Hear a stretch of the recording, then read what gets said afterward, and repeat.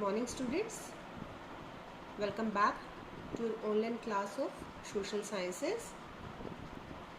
So in today's video what we have discussed about the Palas and the Pratiharas.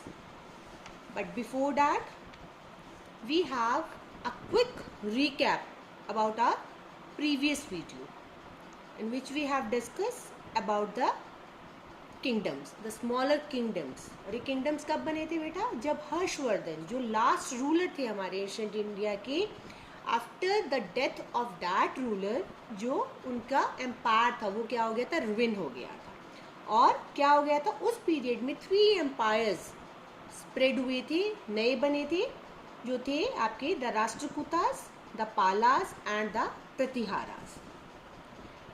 Rashtrakutas में हमने देखा था बेटा बहुत ही पावरफुल एम्पायर था एंड और ये कहाँ तक स्प्रेड था? इन द नॉर्दर्न डेक्कन में. And there are so many strong rulers और the kings at that time. So in today's lecture we are starting about the Palas, the second empire.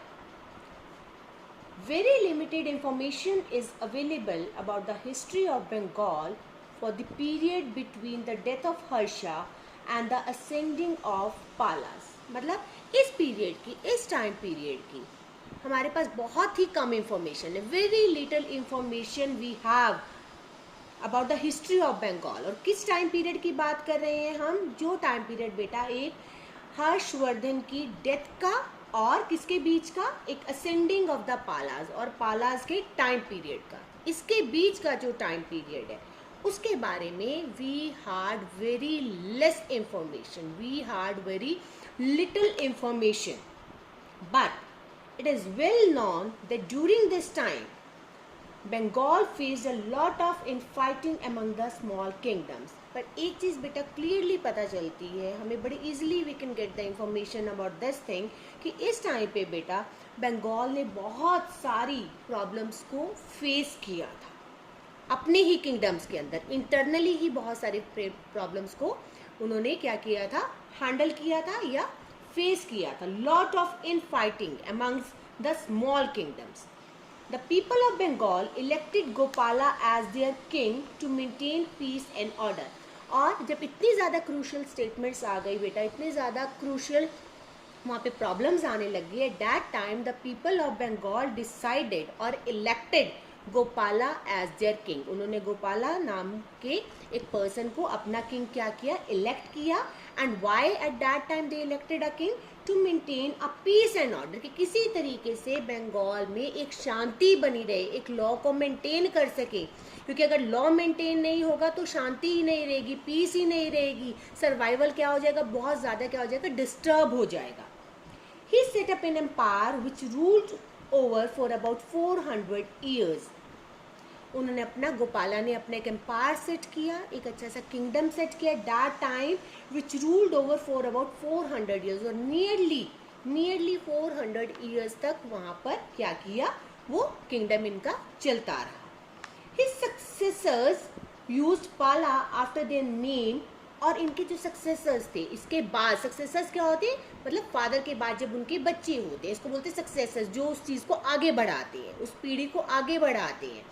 तो his successors used Palas after their name. और ये जो name मिला था बेटा पालास, इनके successors ने ये इन्हीं के ही नेम से मिला था. And hence their empire came to be known as Pala dynasty. That's why, क्योंकि ये नेम कहाँ से मिला था? ये जो इन्होंने किंग को इलेक्ट किया था, उनके सक्सेसर्स को ये नेम इसी नेम के साथ मिला था, गोपाला, पाला के साथ. ठीक है ना? गोपाला इट मीन्स पाला, दैट वर्ड पाला. ठीक है ना? तो इनके सक्सेसर ने इसी नेम को क्या करते रहेगी? आगे आगे क्या करते रहे? बढ़ाते रहे. और इस पूरे एम्पायर में जो एक इन डायनेस्टी को अपना नाम दिया वो पाला डायनेस्टी के नाम से दिया. दैट कम्स पाला फ्रॉम द वर्ड गोपाला, जो किंग थे वहाँ के, द लास्ट वर्ड पाला. सो ये थी आपकी पालास, जो आपका सेकेंड एम्पायर था.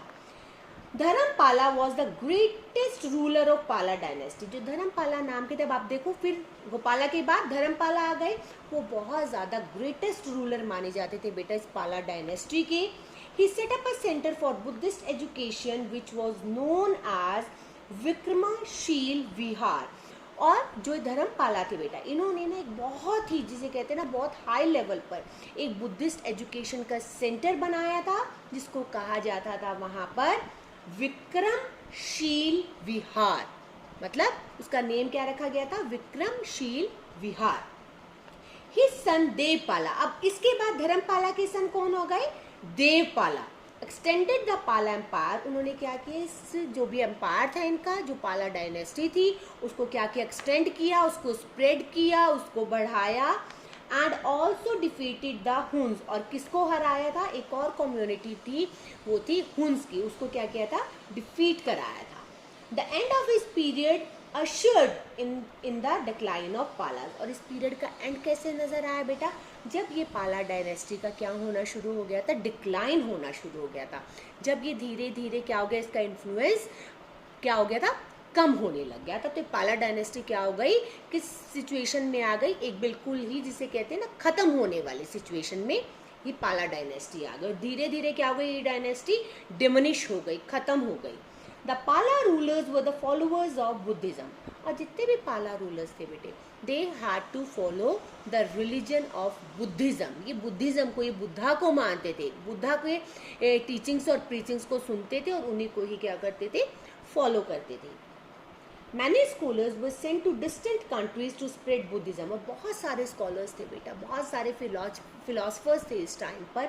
वो क्या करते थे? वो दूसरे कंट्रीज़ में जाते थे, डिफरेंट कंट्रीज़ में जाते थे, दूर कंट्रीज़ में जाते थे और क्या करते थे? स्प्रेड करते थे बुद्धिज़्म की टीचिंग्स को, बुद्धिज़्म की प्रीचिंग्स को, कि ज़्यादा से ज़्यादा जो दूसरे कंट्रीज़ के लोग हैं वो इस टीचिंग्स को क्या करें? ऑप्ट करें, अडॉप्ट करें अपने लाइफ में। They also gave generous grants to Brahmins to build temples। और जो पाला रूलर्स थे बेटा, बहुत सारी ग्रांट देते थे ब्राह्मण्स को कि वो एक बड़े से बड़े, ज़्यादा से ज़्यादा, सुंदर से सुंदर टेम्पल्स को बिल्ड करें। Palas were the great patrons of art, education and literature. जो ये पालास किंग्स थे ना बेटा, जितना भी इनका किंगडम था, ये बहुत ज़्यादा इन्फ्लुएंशियल थे, इनको बहुत ज़्यादा ये फॉन्ट थे किस चीज़ के? आर्ट के, कि बहुत सुंदर सुंदर ड्राइंग्स, आर्टिस्टिक पर्सनस थे ये। एजुकेशन सिस्टम में बहुत अच्छा रखना चाहते थे, बहुत अच्छे अच्छे लिटरेचर्स लिखते थे, बहुत बड़े बड़े स्कॉलर्स होते थे, फिलोसफर्स होते थे इस डायनेस्टी में। So this is all about the Palas one. The next is our बच्चा the Pratiharas, the third empire, जिसको हम कहते हैं ना, the three parts में डिवाइड था, the Rashtrakutas, the Palas and the Pratiharas. They are also called Gurjara Pratiharas. इनको क्या कहा जाता था? Gurjara Pratiharas, probably because they originated from Gujarat. Gurjara word कहाँ से ओरिजिनेट हुआ? कहाँ से ओरिजिन हुआ इस वर्ड का? गुजरात से। इट मीन्स मोस्टली इनका जो ओरिजिन था बेटा, वो किस पार्ट से था? इंडिया के गुजरात। ठीक है ना बच्चे? They rule over Gujarat and the south western Rajasthan. और इनका जो रूलिंग एम्पायर था बेटा, वो कहाँ कहाँ तक स्प्रेड हुआ था? गुजरात में और कहाँ पर? वेस्टर्न, साउथ वेस्टर्न पार्ट में राजस्थान के। ये इनका एरिया था, गुजरात में और south western of Rajasthan. The founder of the Pratihara empire was Nagabhatta one. और जो इसके फाउंडर थे, जिसने फाउंडेशन रखी, जिसने स्टार्टिंग की इस एम्पायर की, उनका नेम था Nagabhatta one. The greatest ruler of this dynasty was Mihir Bhoj. और जो सबसे बड़े रूलर माने जाते थे इस डायनेस्टी के, इस एम्पायर के, इस रूलिंग पीरियड के, the name of that person was Mihir Bhoj. He conquered Kannauj around 836 CE। और उन्होंने 836 CE में कॉन्कर्ड कर लिया था, जीत लिया था किसको? कन्नौज को। The continuous battles weakened the Pratihara's empire and it broke into a number of smaller kingdoms। और जब बहुत सारी बैटल चलती रही बेटा, बहुत ज़्यादा बैटल चलती रही, इससे क्या हो गया? जो प्रतिहारा एम्पायर था वो क्या होने लग गया? वीक होने लग गया। इतनी बैटल्स होती थी तो देखो, कभी ना कभी तो एक्सपेंसेस खत्म होंगे ही। अब इतनी बैटल्स एक कंट्री में चलती जा रही है एक एम्पायर में, तो डेफिनेटली बेटा वहाँ पर इनकम क्या हो जाएगी? धीरे धीरे कम हो जाएगी। यही रीज़न हुआ कि जो कॉन्टिन्यूटी में जो बैटल्स चलती रही ना बच्चा, उसने क्या किया? इस किंगडम को ब्लॉक कर दिया, तोड़ दिया एक स्मॉलर किंगडम्स के अंदर। The Pratiharas were the great warriors, Pratiharas बहुत ही स्ट्रॉन्ग वॉरियर्स माने जाते थे. They fought many battles with the Palas and the Rashtrakutas, और इनकी बहुत ज़्यादा बैटल्स होती थी बेटा, मतलब सबसे ज़्यादा स्ट्रॉन्ग माने जाते थे, सबसे ज़्यादा एफिशिएंट माने जाते थे, और इन्होंने बहुत सारी बैटल्स की थी जो आपके पहले दो एम्पायर्स थे, पालास के साथ और राष्ट्रकूतास के साथ. The Pratiharas king were also great patron of art and literature. ये तो बात बेटा देखो तीनों में कॉमन थी, चाहे आपके राष्ट्रकूतास थे, पालास थे या प्रतिहारास थे. They all were very fond of the art and literature. इनको बहुत ज़्यादा पसंद आते थे आर्ट भी और अपना लिटरेचर भी, लिटरेचर के जो हम लिखते हैं. King Mihir Bhoj himself was a well known scholar, और जो बेटा यहाँ के सबसे ज़्यादा ग्रेटेस्ट रूलर थे ना मिहिर भोज, वो खुद में अपने आप भी himself he was a well known scholar, एक बहुत बड़े स्कॉलर माने जाते थे. Regional languages developed at a fast rate under Pratiharas rule. एक ही लैंग्वेज नहीं होती थी वहाँ पर, there were different of the languages. Regional language, हर रीजन में अपनी लैंग्वेज, ये नहीं कि एक ही लैंग्वेज है, गुजरात के तो गुजराती गुजराती होगी, राजस्थान में समथिंग डिफरेंट वन. तो बहुत सारे लैंग्वेजेस यहाँ पर एक बड़े ही फास्ट रेट में क्या की जाती थी, प्रमोट की जाती थी और डेवलप्ड होती थी. During this time early forms of Marathi and Gujarati were spoken in the western India. इस टाइम पर बेटा अर्ली फॉर्म्स, जो बहुत अर्ली फॉर्म्स थी, पुरानी फॉर्म्स थी मराठी और गुजराती की, इस वेस्टर्न इंडिया में क्या कही जाती थी, बोली जाती थी. Bengali, Assamese and Oriya became popular in eastern India. अब वेस्टर्न इंडिया की तो मराठी और गुजराती हो गई, ईस्टर्न इंडिया में क्या पॉपुलर थी, बंगाली थी, असामी थी, उड़िया थी, ये लैंग्वेजेस थी. The beautiful temples of Khajuraho, Kanchipuram, Thanjavur, Bhubaneswar, Puri and Konark were built during the rules of Pratihara. जितने भी ब्यूटीफुल टेम्पल्स थे बेटा, खजुराहो का था, थंजावुर का था, पुरी का था, ये प्रतिहारास के टाइम पर ही क्या हुए थे, बिल्डअप हुए थे, बनाए गए थे.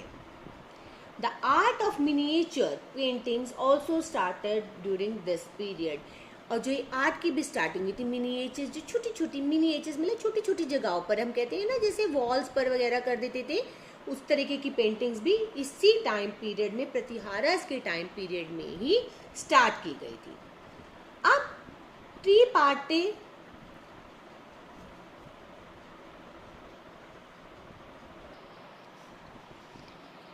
अब इसमें आता है बच्चे आपका ट्राईपार्टाइट स्ट्रगल. मतलब ट्राई से समझ लेना थ्री, अब इसमें तीनों के बारे में बात हो रही है, जो आपके राष्ट्रकूतास थे, पालास थे और प्रतिहारास थे.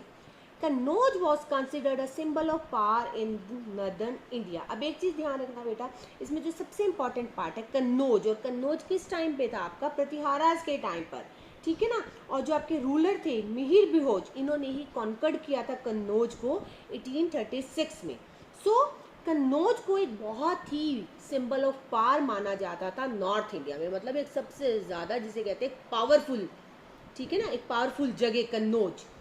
Hence the three kingdoms, अब जो तीनों के तीनों empires थे, तीनों के तीनों kingdoms थे, the Rashtrakuta, the Palas and the Pratiharas were continuously engaged in a struggle to possess Kannauj. और ये तीनों के तीनों क्या चाहते थे कि इन तीनों में से हर तीनों को क्या what they demanded कि एक ना एक इसमें से क्या करे, तीनों में से उनकी डिज़ायर आती थी कि ये किसी ना किसी तरीके से कन्नौज को अपना पार्ट बना ले या कन्नौज पर अपना होल्ड रखें. कॉन्टिन्यूसली एंगेज, हमेशा ये इसी तैयारी में रहते थे तीनों के तीनों empires. The struggle for supremacy was known as the tripartite struggle. और इन तीनों का ये struggle, what they wanted the supremacy, they wanted the dominance, वो डोमिनेंस चाहते थे कन्नौज के ऊपर. दैट्स वाई जब ये तीनों ही ये स्ट्रगल, इन तीनों का जो स्ट्रगल था कि अपनी डोमिनेंस को मेंटेन करने का कन्नौज के ऊपर, इसी टर्म को, इसी प्रोसेस को बोला गया था ट्राईपार्टाइट स्ट्रगल. इसी स्ट्रगल को each of them succeeded in occupying Kannauj in turns as they were almost at par in military strength. ये तीनों के तीनों, each of them succeeded in occupying Kannauj, ये तीनों के तीनों धीरे धीरे थोड़े थोड़े सक्सीड हुए थे कन्नौज पर अपना पोजीशन लेने के लिए.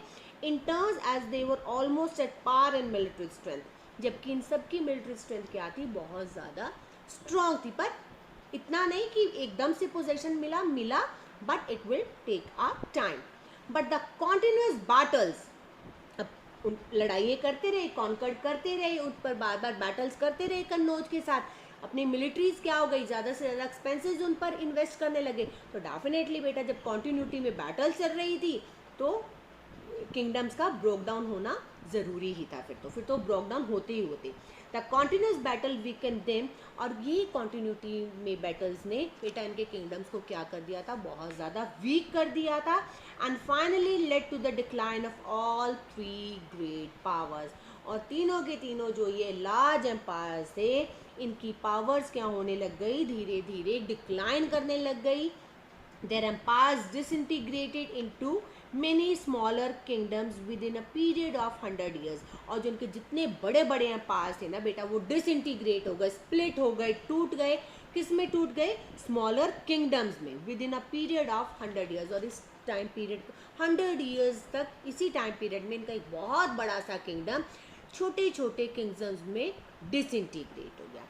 सो this is all about the Pratiharas, Palas and the tripartite struggle. So this is all today for today's lecture, and we will continue Rajputs in our next lecture. Thank you. Have a nice day.